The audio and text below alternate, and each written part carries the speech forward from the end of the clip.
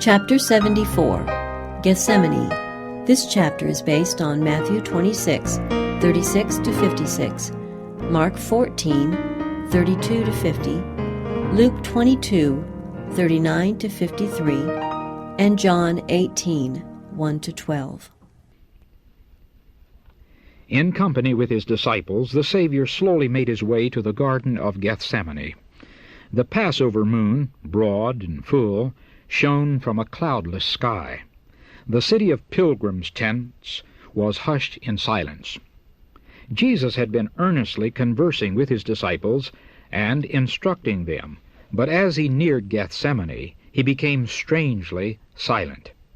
He had often visited this spot for meditation and prayer, but never with a heart so full of sorrow as upon this night of his last agony. Throughout his life on earth he had walked in the light of God's presence. When in conflict with men who were inspired by the very spirit of Satan, he could say, "He that hath sent me is with me. The Father hath not left me alone. For I do always those things that please him." John chapter 8, verse 29. But now he seemed to be shut out from the light of God's sustaining presence.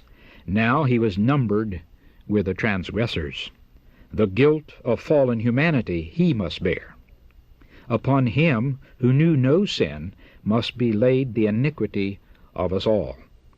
So dreadful does sin appear to him, so great is the weight of guilt which he must bear, that he is tempted to fear it will shut him out forever from his Father's love.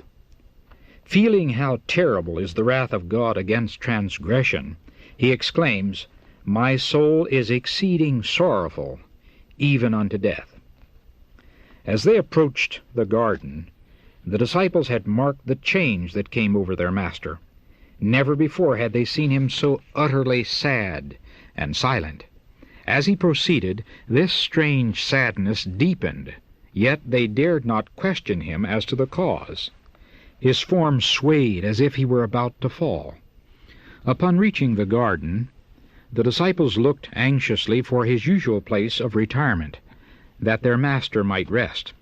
Every step that he now took was with labored effort.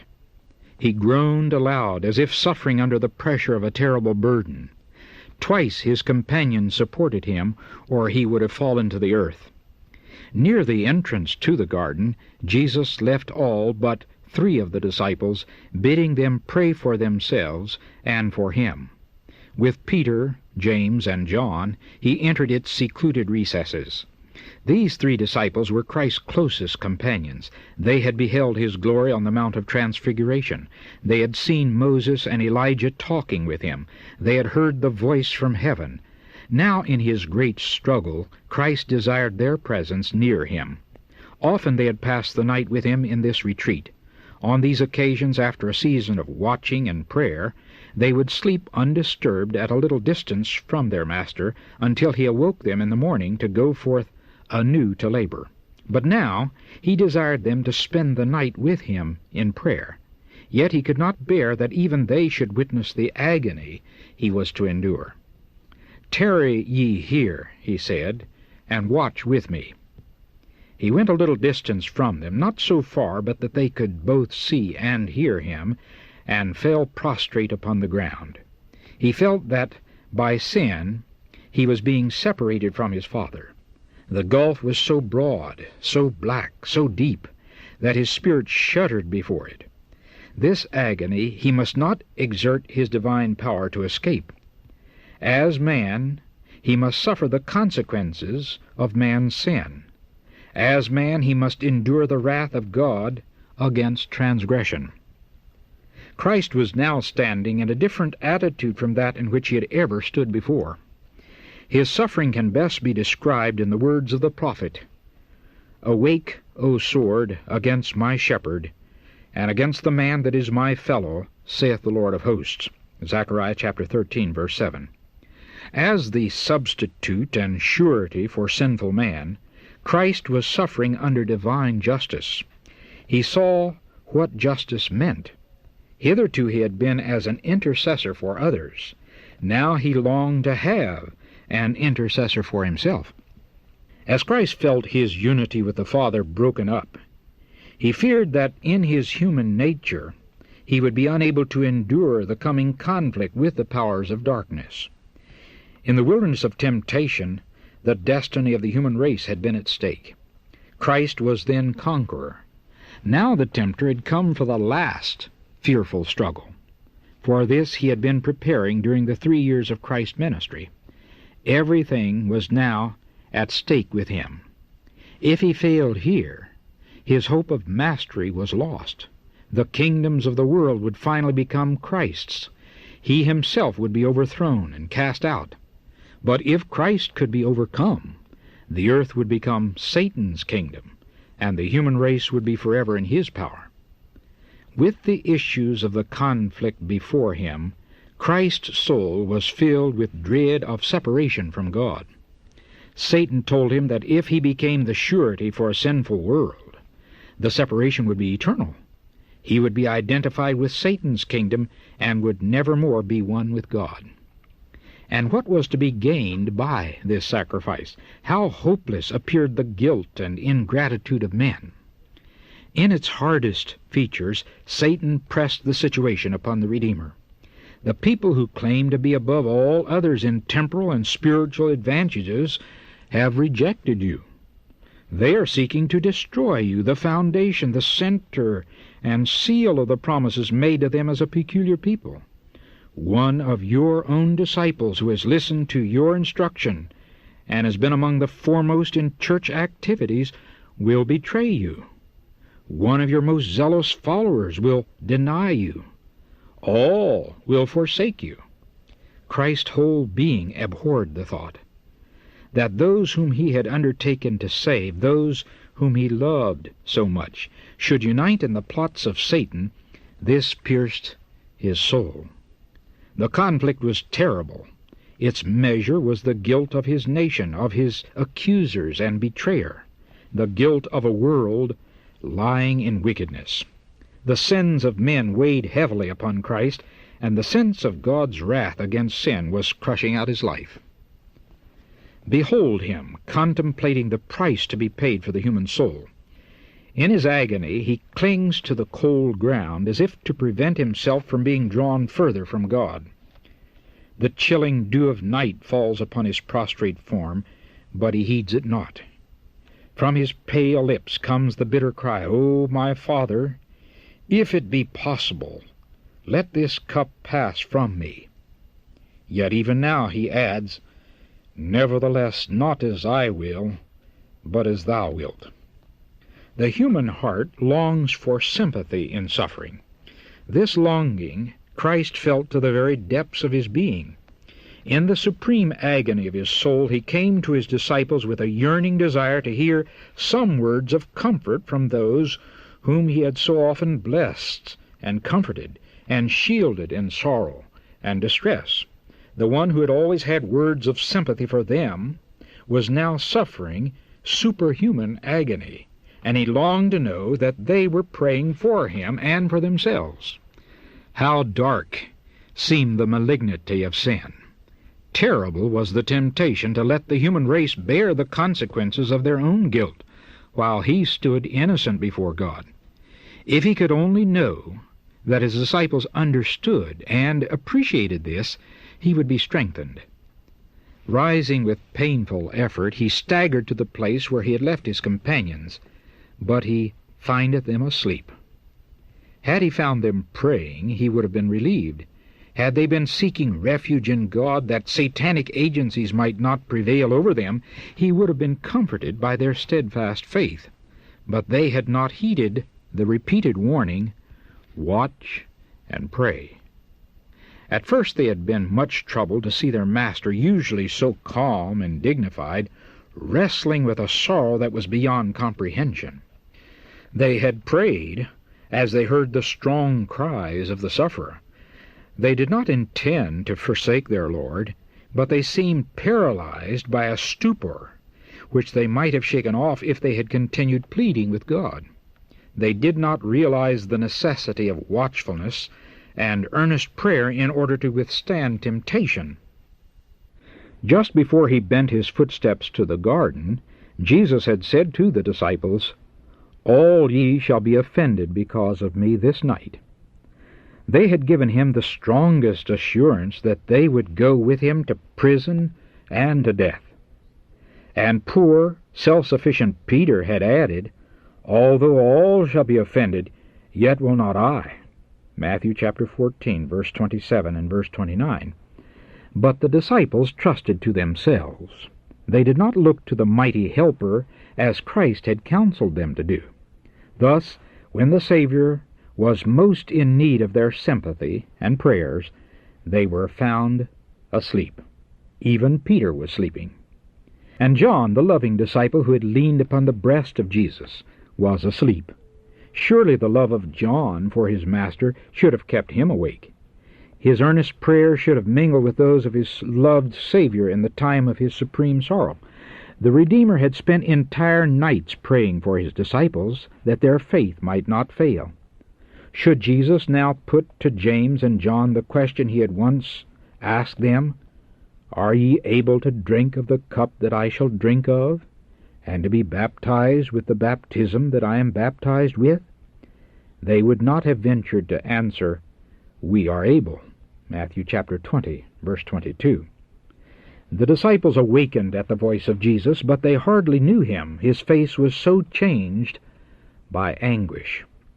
Addressing Peter, Jesus said, "Simon, sleepest thou? Couldest not thou watch 1 hour? Watch ye and pray, lest ye enter into temptation. The spirit truly is ready, but the flesh is weak." The weakness of his disciples awakened the sympathy of Jesus. He feared that they would not be able to endure the test which would come upon them in his betrayal and death. He did not reprove them, but said, "Watch ye, and pray, lest ye enter into temptation." Even in his great agony he was seeking to excuse their weakness. "The spirit truly is ready," he said, "but the flesh is weak." Again the Son of God was seized with superhuman agony, and fainting and exhausted, he staggered back to the place of his former struggle. His suffering was even greater than before. As the agony of soul came upon him, his sweat was, as it were, great drops of blood falling down to the ground. The cypress and palm trees were the silent witnesses of his anguish. From their leafy branches dropped heavy dew upon his stricken form, as if nature wept over its author wrestling alone with the powers of darkness. A short time before, Jesus had stood like a mighty cedar, withstanding the storm of opposition that spent its fury upon him. Stubborn wills and hearts filled with malice and subtlety had striven in vain to confuse and overpower him. He stood forth in divine majesty as the Son of God. Now he was like a reed, beaten and bent by the angry storm. He had approached the consummation of his work a conqueror, having at each step gained the victory over the powers of darkness. As one already glorified, he had claimed oneness with God. In unfaltering accents he had poured out his songs of praise. He had spoken to his disciples in words of courage and tenderness. Now had come the hour of the power of darkness. Now his voice was heard on the still evening air, not in tones of triumph, but full of human anguish. The words of the Saviour were borne to the ears of the drowsy disciples. "O my Father, if this cup may not pass away from me, except I drink it, thy will be done." The first impulse of the disciples was to go to him, but he had bidden them tarry there, watching unto prayer. When Jesus came to them, he found them still sleeping. Again he had felt a longing for companionship, for some words from his disciples, which would bring relief and break the spell of darkness that well nigh overpowered him. But their eyes were heavy, neither wist they what to answer him. His presence aroused them. They saw his face marked with the bloody sweat of agony, and they were filled with fear. His anguish of mind they could not understand. His visage was marred more than any man, and his form more than the sons of men. Isaiah chapter 52, verse 14. Turning away, Jesus sought again his retreat, and fell prostrate, overcome by the horror of a great darkness. The humanity of the Son of God trembled in that trying hour. He prayed not now for his disciples that their faith might not fail, but for his own tempted, agonized soul. The awful moment had come, that moment which was to decide the destiny of the world. The fate of humanity trembled in the balance. Christ might even now refuse to drink the cup apportioned to guilty man. It was not yet too late. He might wipe the bloody sweat from his brow and leave man to perish in his iniquity. He might say, "Let the transgressor receive the penalty of his sin, and I will go back to my Father." Will the Son of God drink the bitter cup of humiliation and agony? Will the innocent suffer the consequences of the curse of sin to save the guilty? The words fall tremblingly from the pale lips of Jesus. "O my Father, if this cup may not pass away from me, except I drink it, thy will be done." 3 times has he uttered that prayer. 3 times has humanity shrunk from the last crowning sacrifice. But now the history of the human race comes up before the world's Redeemer. He sees that the transgressors of the law, if left to themselves, must perish. He sees the helplessness of man. He sees the power of sin. The woes and lamentations of a doomed world rise before him. He beholds its impending fate, and his decision is made. He will save man at any cost to himself. He accepts his baptism of blood, that through him perishing millions may gain everlasting life. He has left the courts of heaven, where all is purity, happiness, and glory, to save the one lost sheep, the one world that has fallen by transgression. And he will not turn from his mission. He will become the propitiation of a race that is willed to sin. His prayer now breathes only submission. "If this cup may not pass away from me, except I drink it, thy will be done." Having made the decision, he fell dying to the ground from which he had partially risen. Where now were his disciples to place their hands tenderly beneath the head of their fainting master, and bathe that brow, marred indeed more than the sons of men? The Saviour trod the winepress alone, and of the people there was none with him. But God suffered with his Son. Angels beheld the Saviour's agony. They saw their Lord enclosed by legions of satanic forces, his nature weighed down with a shuddering, mysterious dread. There was silence in heaven. No harp was touched. Could mortals have viewed the amazement of the angelic host as in silent grief they watched the Father separating his beams of light, love, and glory from his beloved Son, they would better understand how offensive in his sight is sin. The world's unfallen, and the heavenly angels had watched with intense interest as the conflict drew to its close. Satan and his confederacy of evil, the legions of apostasy, watched intently this great crisis in the work of redemption. The powers of good and evil waited to see what answer would come to Christ's thrice-repeated prayer. Angels had longed to bring relief to the divine sufferer, but this might not be. No way of escape was found for the Son of God. In this awful crisis, when everything was at stake, when the mysterious cup trembled in the hand of the sufferer, the heavens opened, a light shone forth amid the stormy darkness of the crisis hour, and the mighty angel who stands in God's presence, occupying the position from which Satan fell, came to the side of Christ. The angel came not to take the cup from Christ's hand, but to strengthen him to drink it, with the assurance of the Father's love. He came to give power to the divine human suppliant. He pointed him to the open heavens, telling him of the souls that would be saved as a result of his sufferings.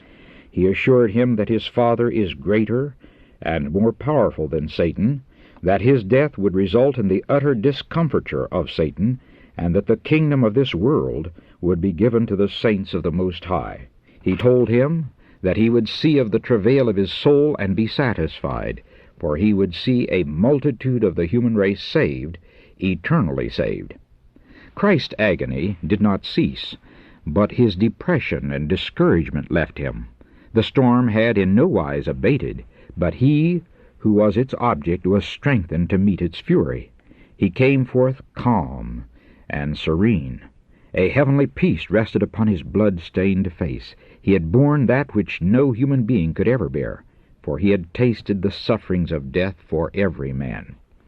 The sleeping disciples had been suddenly awakened by the light surrounding the Savior. They saw the angel bending over their prostrate Master. They saw him lift the Savior's head upon his bosom and point toward heaven. They heard his voice, like sweetest music, speaking words of comfort and hope.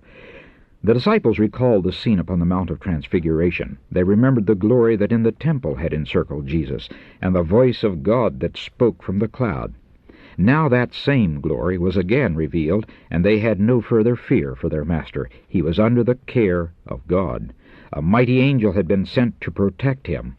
Again the disciples, in their weariness, yield to the strange stupor that overpowers them. Again Jesus finds them sleeping. Looking sorrowfully upon them, he says, "Sleep on now, and take your rest. Behold, the hour is at hand, and the Son of Man is betrayed into the hands of sinners."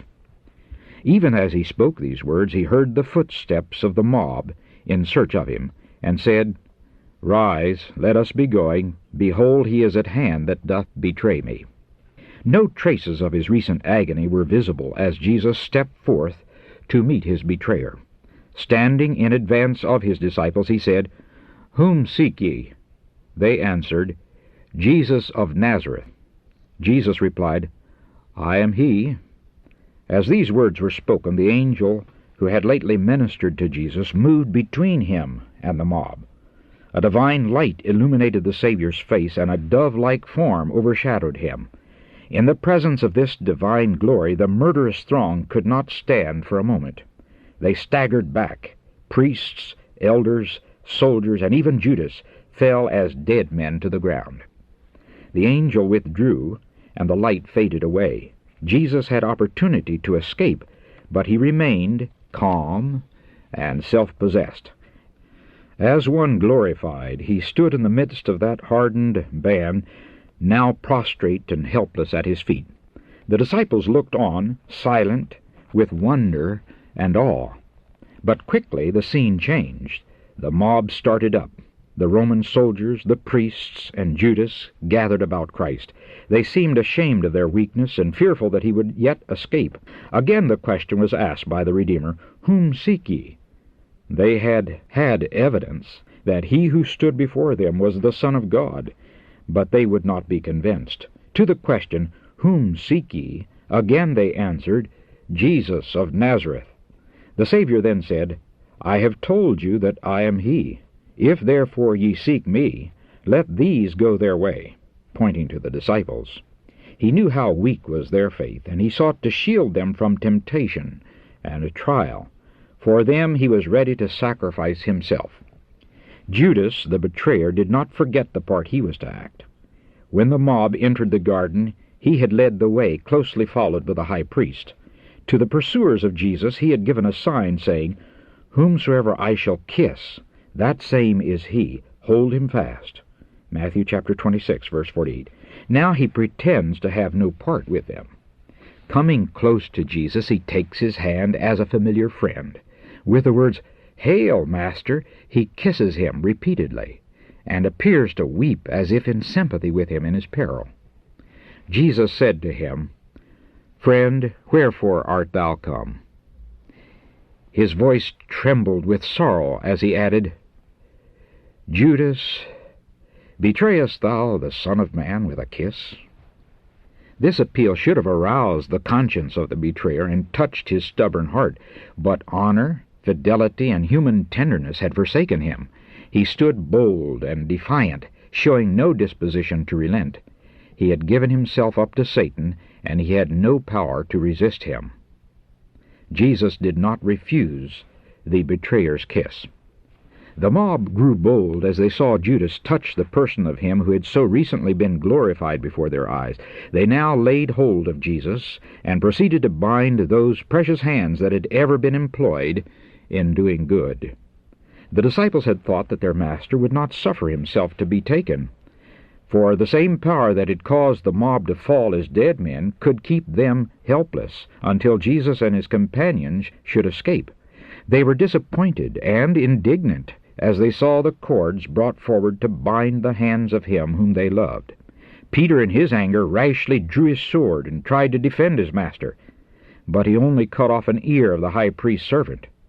When Jesus saw what was done, he released his hands, though held firmly by the Roman soldiers, and saying, "Suffer ye thus far," he touched the wounded ear, and it was instantly made whole. He then said to Peter, "Put up again thy sword into his place, for all they that take the sword shall perish with the sword. Thinkest thou that I cannot now pray my Father, and he shall presently give me more than 12 legions of angels?" A legion in place of each one of the disciples.